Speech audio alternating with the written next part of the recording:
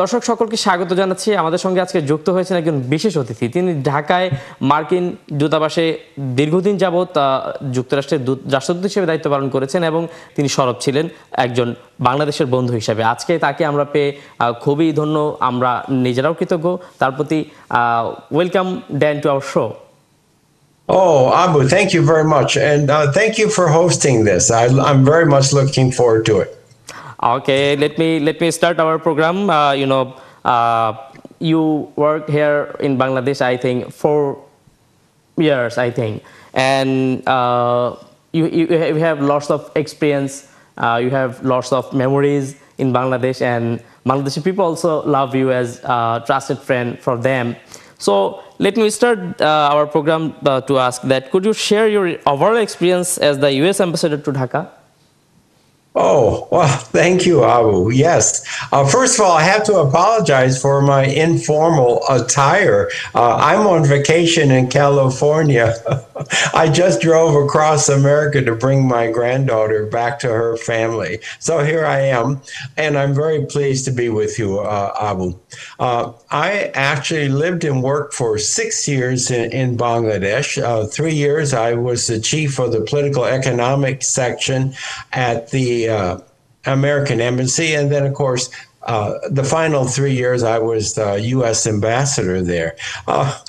To answer your question in brief, you have to go to the U.S. Embassy, and as you come through the front gate and walk toward the front door of the embassy, you will see a little plaque on the right side, and that's where my heart is buried. Literally, I left my heart in Bangladesh. I was in the Foreign Service 38 years, and my favorite posting was Bangladesh.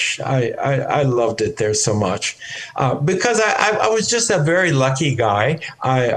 I was able to visit all 64 of the districts. Let me tell you, that is not an easy thing to do, especially there were a bunch of hartals and all of other problems. But that's what I did. And in the process, I got to meet so many Bangladeshis. And that's how I came to know that the wonder and the beauty of the Bangladeshi people and how fantastic they are, because I just met them in villages and on farms and in cities and everywhere across the country. And often when I was traveling, I would reflect on a comment that was made to Kissinger in 1971. Of course, that's the year of Bangladesh's independence. And the number 3 guy at the U.S. State Department told Kissinger, who was then the Secretary of State, that Bangladesh is an international basket case. Okay. Can you imagine that? Bangladesh is an international basket case. Well, look at Bangladesh today. Oh my goodness. Because right now the challenge of Bangladesh is how to deal with moving from the lower income countries into the middle income countries, because that will present its own challenges. But whoever imagined 50 years ago that Bangladesh would be in the middle ranks of emerging countries around the world? But it is. Who would have thought that Bangladesh would have virtually eliminated the infectious diseases, the diarrheal diseases, the respiratory diseases? How maternal mortality and child under 5 mortality just slashed. Who saw any of that coming? And how life expectancy has grown, how agricultural production, I saw all these things myself, the agricultural production. How many times did I see farmers using mechanization so that Bangladesh can feed itself on a year that doesn't have a natural disaster of some sort? Well, who imagined a food sufficient Bangladesh? Well, nobody did, except the people of Bangladesh. They did, and that's what they accomplished. And, But and just think about the disaster preparedness, Abu, all those cyclone shelters. You know, in 1970, hundreds of thousands of people died in a cyclone. We all know the yes, history. yes. And now bigger cyclones hit Bangladesh and maybe 10, Sing 20 10 people die. And that's yeah. terrible. I'm not diminishing it, but wow. I mean, oh, let me stop. I could go on and on, but that's the wonder of Bangladesh. That's what, you know, you asked me to characterize my time in Bangladesh. Seeing these wondrous things and getting to know the wonderful people of Bangladesh. Those are my impressions, and that's why I left my heart behind. Thank you, Dan, for your insightful information. And I think you love Bangladesh from your heart, and you already said that. And I want to ask you another question that Bangladesh already faced an successful revolution or uprising, and after that, Bangladesh and USA State Department and US White House are working closely, very closely. How do you see the future of bilateral relationship of US and between US and Bangladesh? Well, first of all, I want to comment about the July Revolution. Okay, Oh, wow. I mean, just it's seriously wow. when I think about what happened a year ago in just a little over a month, what a revolution! Of course, Bangladesh has had revolutions before. We know that, Yes, but those revolutions, Abu, you know this better than I do. They just ended up in continued despotism, one party state, a military dictatorship, a couple of military dictatorships, or a 15-year autocrat. But I think this revolution is different.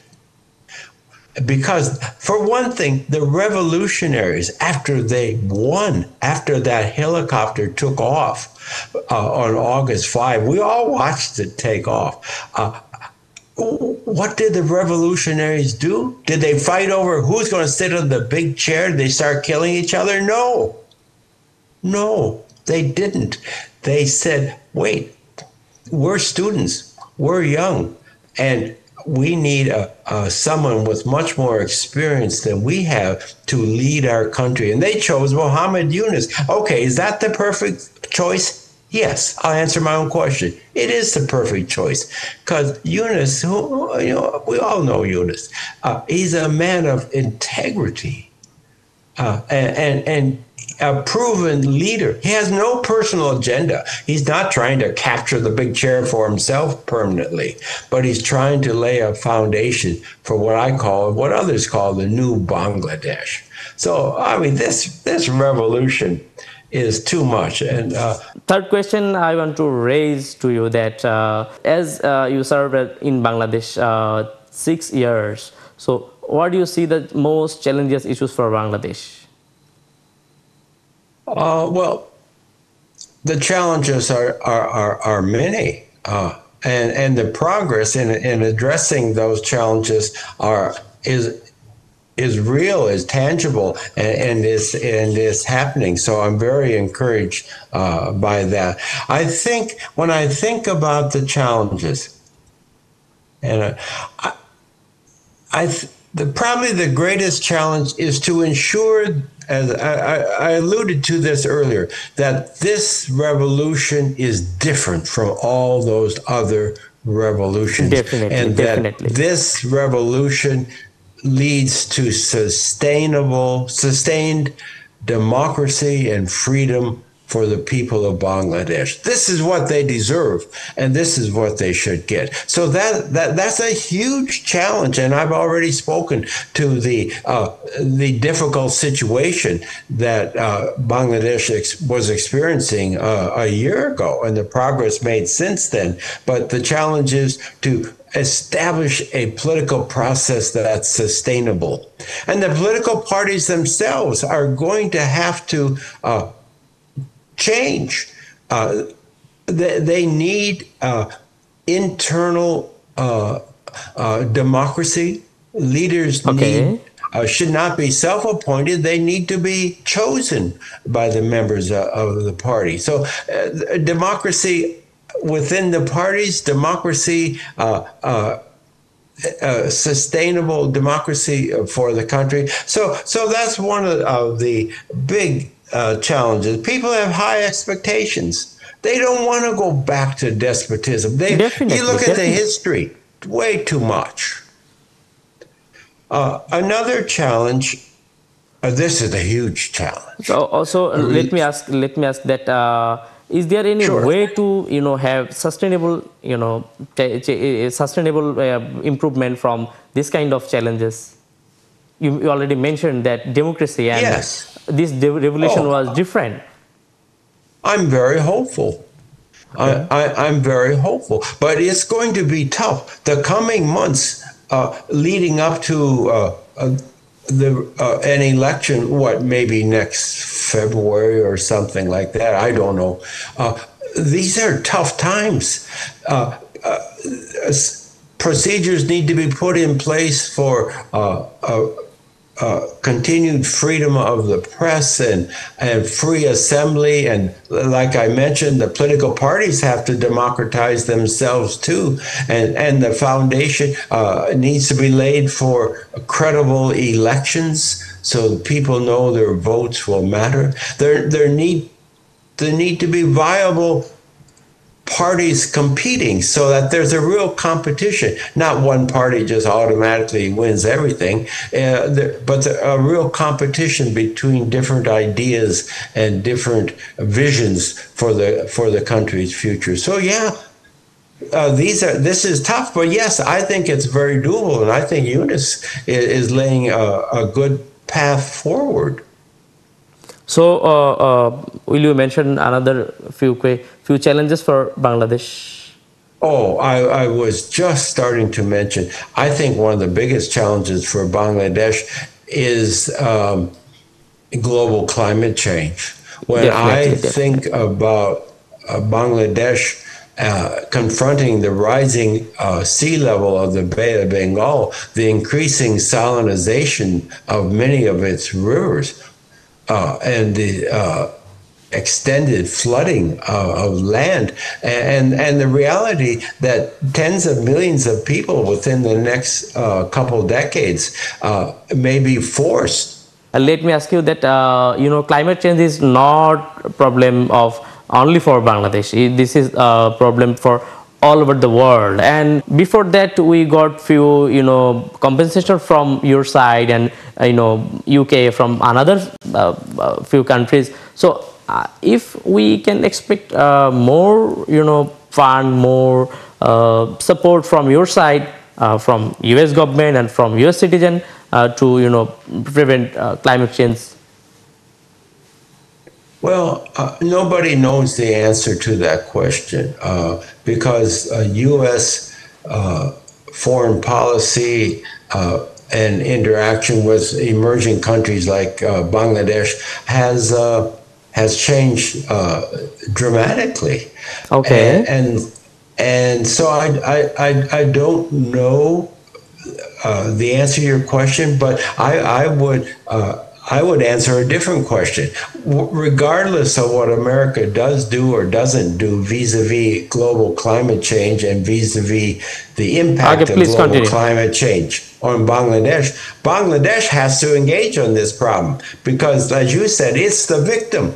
I would say it didn't really cause global climate change very much, minimally, but it's going to suffer the impact in a big way. And in the past, America has been very helpful. Other countries are continuing to help Bangladesh, and Bangladesh will have to continue to help itself. And it has done so much, and it needs to implement more of what it has already done. I think about the saline-resistant seeds developed by a partnership between U.S. and Bangladeshi researchers. So those seeds need to be made available to farmers so they can continue to grow rice in paddies impacted by salty water. That's just one example. So many things Bangladesh can do. to prepare for the impact of global climate change. Then we are almost to finish. Just let me ask you another last question. That you visited, 64 district of Bangladesh. How was that how was the visit of yours? Oh, I mean, it's so, that's my last question. Yeah, it's so amazing to visit the farmers and the villagers across that country. What many people don't realize is how rich the country is. Okay. I didn't know that, but then I went down to Shakira and other places, and there I discovered a whole industry, for example, of brown roof tiles. I didn't know that existed. I didn't know Bangladesh was a primary source of these brown roof tiles for Italy, that exporting these was an important export for Bangladesh. Who knows this stuff? I mean, maybe everybody else does, but I didn't have any idea this was going on. I didn't have any idea how rich the rivers of Bangladesh are, how rich the soil is across that country. Oh, I learned so much about the country, but most especially, I learned how gracious and wonderful the people of Bangladesh are, and how this country that was supposed to be an international basket case, as declared in 1971 by a senior U.S. diplomat, in fact is anything but. It's a rising, emerging country, and the people of Bangladesh should be so proud of what they have achieved. I'm proud that America was their partner as Okay. they forged this new country, this new Bangladesh. And I think it's going to go to even more exciting places in coming years, especially as democracy takes root. And we are welcoming you to Bangladesh, and we are thankful to you for giving us time and for our show. Well, thank you, Abu. I look forward to coming to Bangladesh sometime in November.